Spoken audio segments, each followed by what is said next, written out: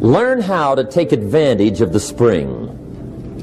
That's the second one. Spring is called opportunity. And spring follows winter. What a great place for it. If you were going to put it somewhere, that'd be the place to put it, right after winter. And pray tell, how often does spring follow winter? Every year with regularity, 6,000. You can almost count on it. See, opportunity always comes. Days follow nights. Isn't that terrific? Opportunity follows difficulty. But here's what you must learn to do. Underline these two words in that key phrase. Take advantage. Underline those two. You must learn to take advantage of the spring.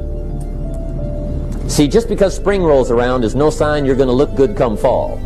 You got to do something with it.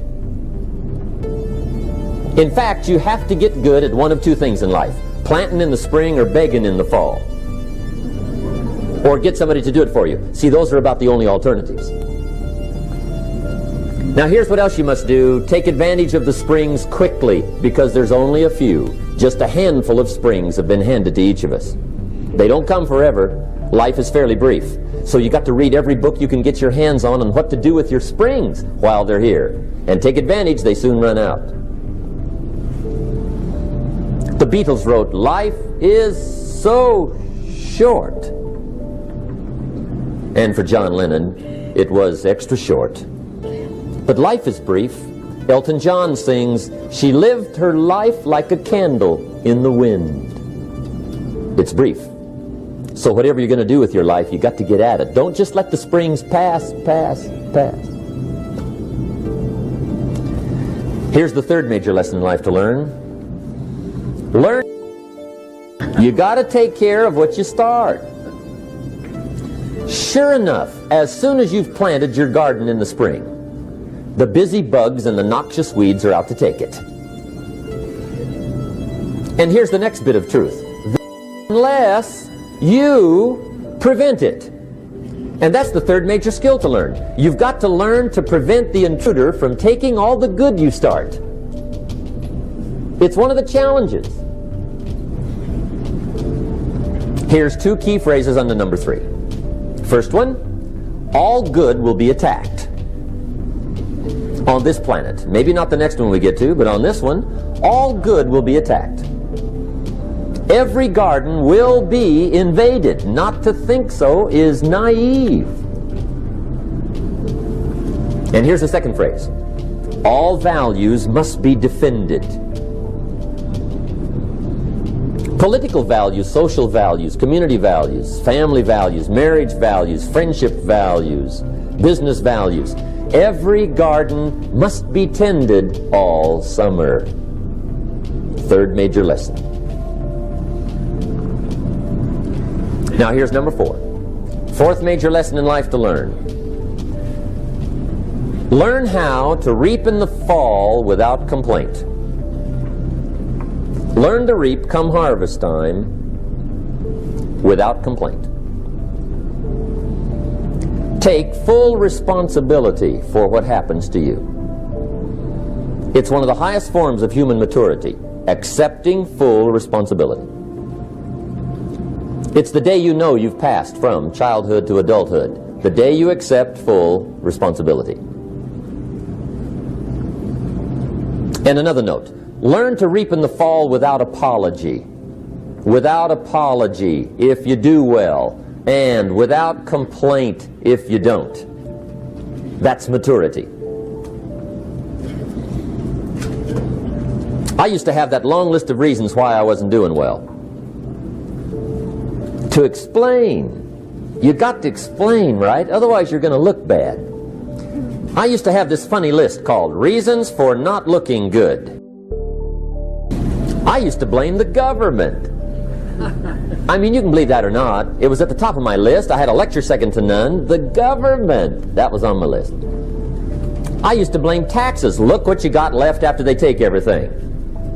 And they expect you to do well. That was on my list there. Prices, that one's easy, right? You walk into the supermarket with $20, come out with a little half bag. So I had that on my list. I used to blame the weather. I blamed the traffic. I used to blame my car. I blamed the manufacturers. I used to blame the company. I blamed company policy.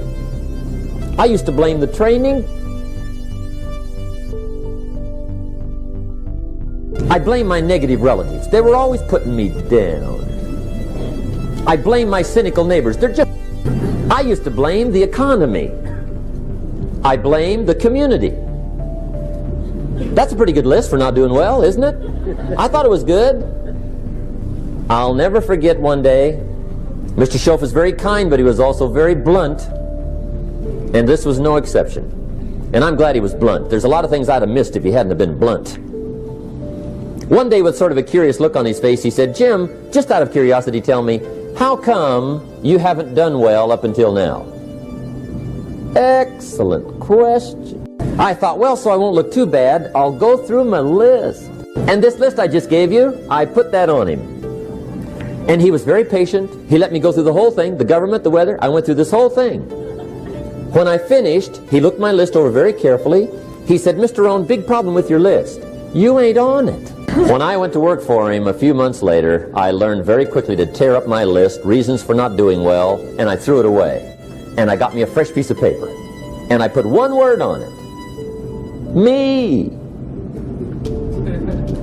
There's a Black Heritage spiritual that says, "It's not my mother nor my father, nor my brother nor my sister, but it's me, oh Lord, standing in the need of prayer." See, I used to blame everything outside. And then let me give you a little philosophy that helped turn my life around. For your notes, here it is.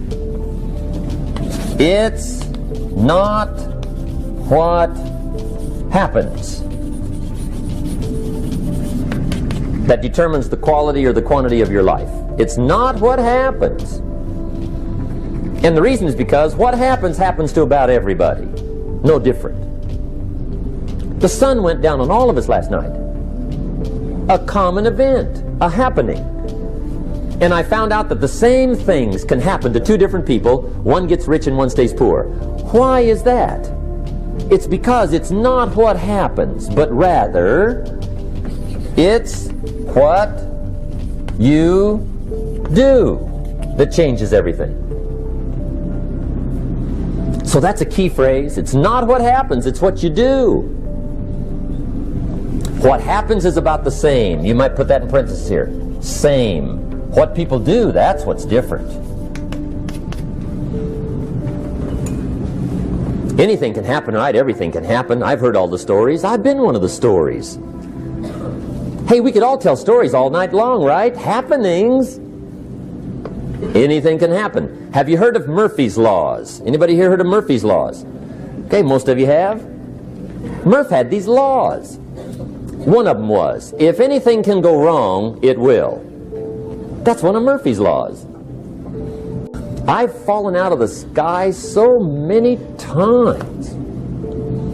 Once to the tune of a couple of million.